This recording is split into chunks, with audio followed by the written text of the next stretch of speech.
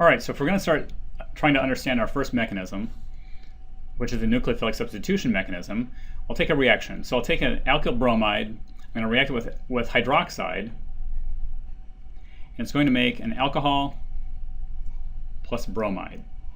So you can describe this and say the nucleophile OH minus displaces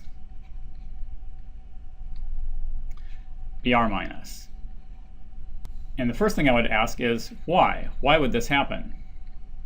First thing to think about is which group, hydroxide or bromide, is more stable on its own. Sometimes I'll say which one's happier on its own. And of course this comes back to pKa's. So the conjugate acid of hydroxide is water. The conjugate acid of bromide is HBr. HBr has a pKa of about -9. Water has a pKa of about 15. So which one of those is a stronger acid? HBr is a stronger acid. And if it's a stronger acid, that means that the conjugate base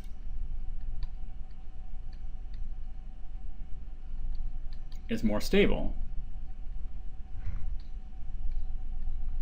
So now if I come back up here and I say which one, hydroxide or bromide, is more stable, it's the bromide that's more stable. So the bromide wants to be on its own more than the hydroxide does. So that's going to be a driving force to make this reaction happen. So that's about what happens. The next question that we want to ask is how? How does it happen? And there are really three limiting cases. And we'll find out really only two of them are going to be possible. The third one is impossible, but we'll talk about why. So either the hydroxide enters first, then the Br minus leaves. That's one case. The Br minus leaves first,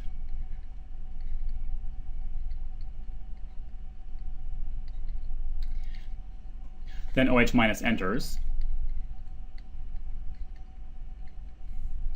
Or they both occur at the same time. So OH minus enters as bromide leaves. Right, so those are the three limiting cases. So we'll take a look at each one of them and draw mechanisms for them and try to figure out which of them can occur and which of them can't. So let's start with the first one. The hydroxide enters first. So if the hydroxide adds to that,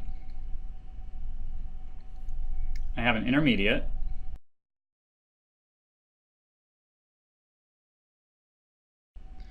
But there's problems with this intermediate because I have 5 bonds to carbon, which gives me more than an octet around carbon. And that can't happen.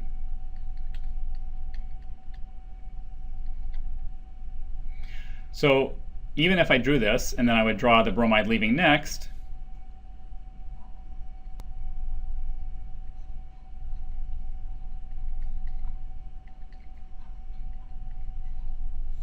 this mechanism can't occur.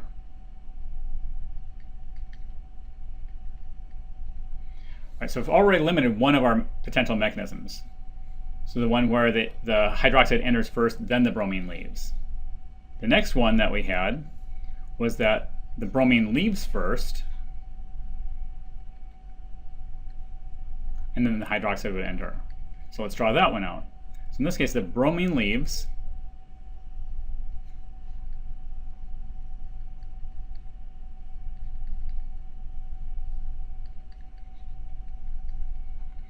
and now this carbon here has a positive charge on it.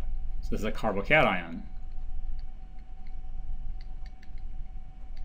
Once that leaves, I've got a positive charge and I've got a negative on the hydroxide. The hydroxide can come in and attack to give our final product.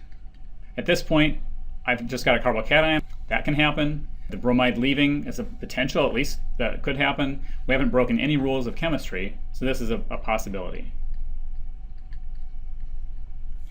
And then the last idea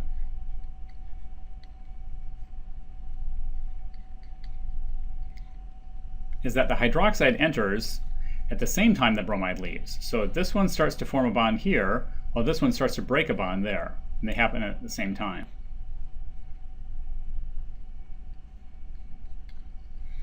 Now there is no intermediate to this, there's only one step. If you notice, these first two both had an intermediate step. So there's not really an intermediate, but there is a transition state that you can draw.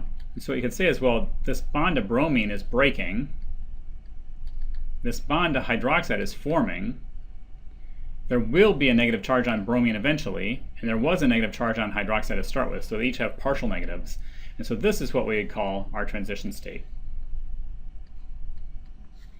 So I don't have 5 bonds to this carbon. I have 3 full bonds and 2 partial bonds. So next we'll look at each one of these last 2 steps in a lot more detail. This first one we're not going to look at anymore because we've already decided that that one cannot occur.